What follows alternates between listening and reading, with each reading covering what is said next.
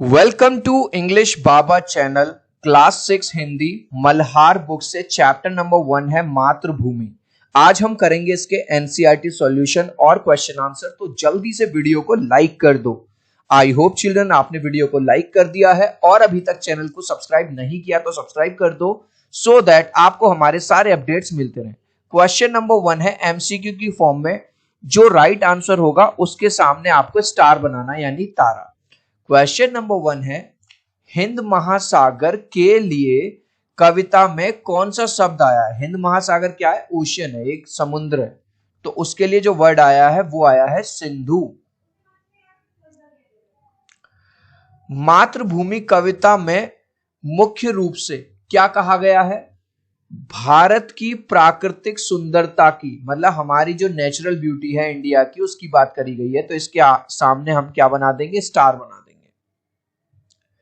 Next question है, आपको column A को कॉलम बी से मिलाना है। ठीक है, राइट आंसर आपको चूज करना है। चलिए देखते हैं।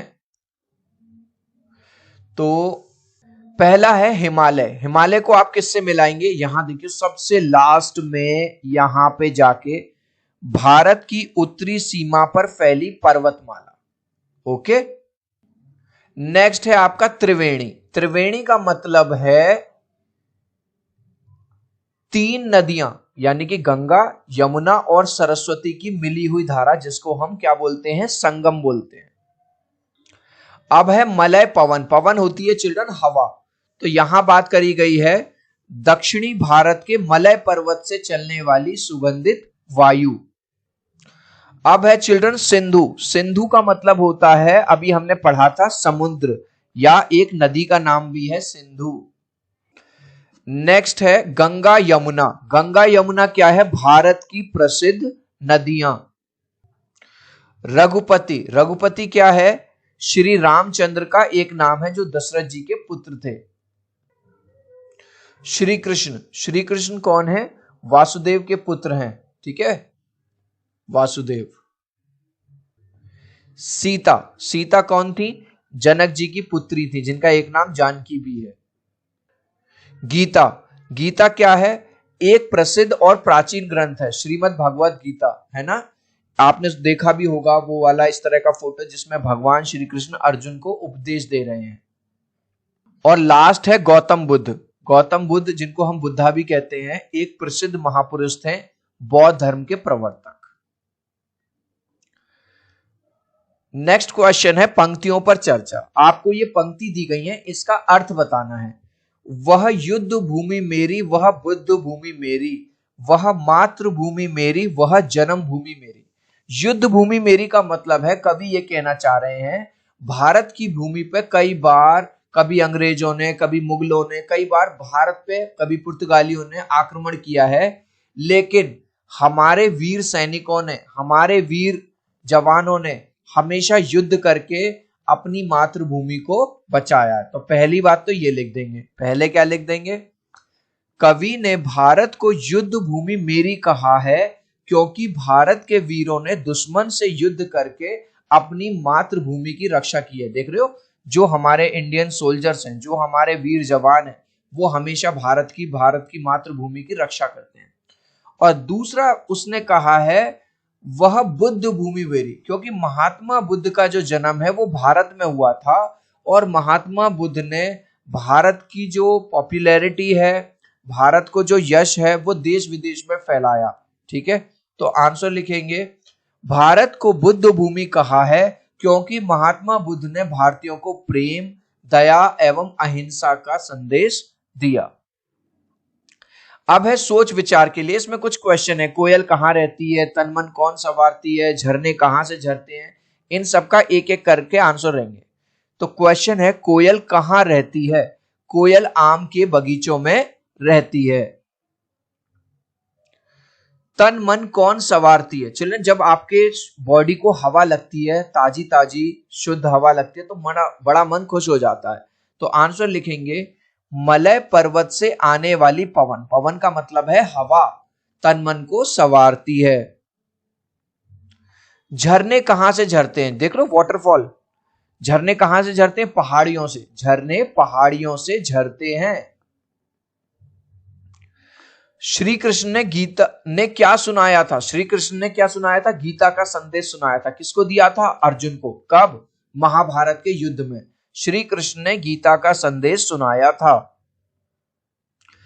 गौतम ने किसका यश बढ़ाया? यश मतलब किसकी पॉपुलैरिटी बढ़ा दी? इंडिया की, भारत की। गौतम बुद्ध ने भारत का यश बढ़ाया था। चिल्ड्रन, वीडियो अच्छा लग रहा है तो प्लीज एक लाइक कर देना। आपके एक लाइक और सब्सक्राइब से बहुत मोटिवेशन मिलता है। 3 तक काउंट करूंगा चिल्ड्रन, प्लीज वीडियो को लाइक कर दो। 1 2 3। आई होप चिल्ड्रन आपने वीडियो को लाइक कर दिया है, चैनल को सब्सक्राइब कर दिया है।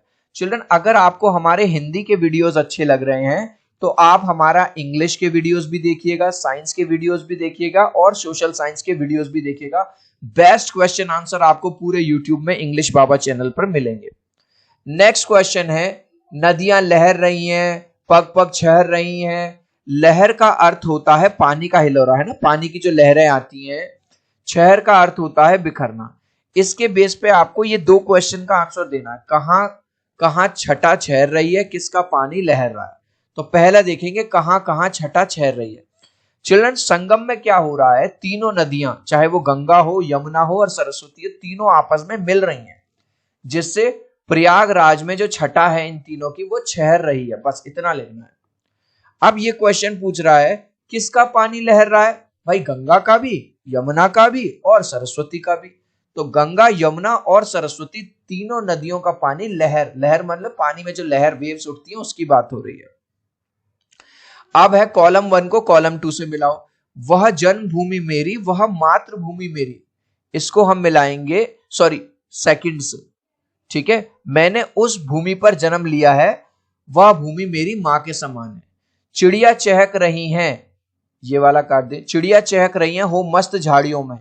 ये है वहां की जलवायु इतनी सुखदाई है कि पक्षी पेड़ पौधों के बीच प्रसन्नता से गीत गा रहे हैं, है ना चिड़िया। अमराइयां कहते हैं आम के जो बाग होते हैं उनको। घनी है कोयल पुकारती है, इसको मिलाएंगे इससे। यहां आम के घने उद्यान हैं जिनमें कोयल आदि पक्षी चहरा। तो पहले को हमने मिलाया सेकंड से, सेकंड को हमने मिलाया थर्ड से और थर्ड को हमने मिलाया फर्स्ट से। अनुमान या कल्पना से आपको यह बताना है कोयल क्यों पुकार रही होगी, किसको पुकार रही होगी और कैसे पुकार रही। चिल्ड्रन, जब बारिश होती है तो सारे बर्ड्स हैप्पी हो जाते हैं बसंत ऋतु में, इसलिए कोयल पुकार रही है। किसको पुकार रही है? अपने साथियों को पुकार रही है। और कैसे पुकार रही होगी? मीठा गाना गा के। तो आंसर लिखेंगे बसंत ऋतु के आने से। यह है कोयल और ये देखो बारिश हो रही है। कोयल प्रसन्न होकर अन्य कोयल साथियों को, अपने साथियों को मीठी आवाज में पुकार रही होगी। बहती मलय पवन है, तनमन संवारती है। पवन किसका तनमन संवारती है? पवन अपनी शीतलता और सुगंध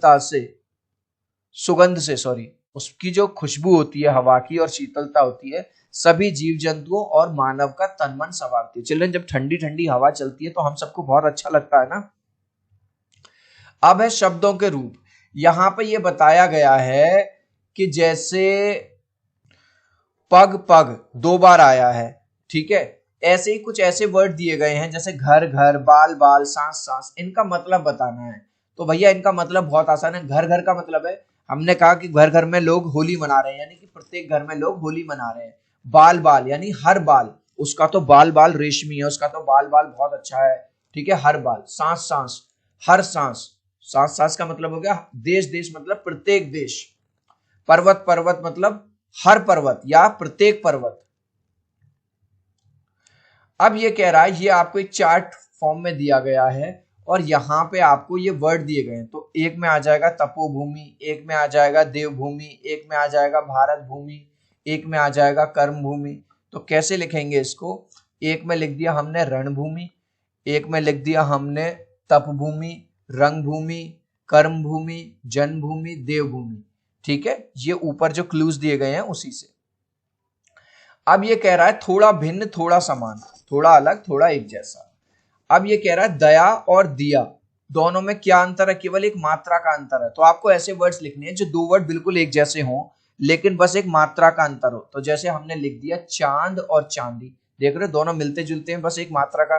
घट और घाट, घट में कम होना, घाट मतलब होता है जैसे नदी है तो उसका जो किनारा उसको घाट। चना और चीन, चना एक ग्रेन होता है, चीन एक कंट्री का नाम है। मेला जो मेला देखने जाते हैं बच्चे, झूला झूलते हैं, और मेला मतलब गंदा।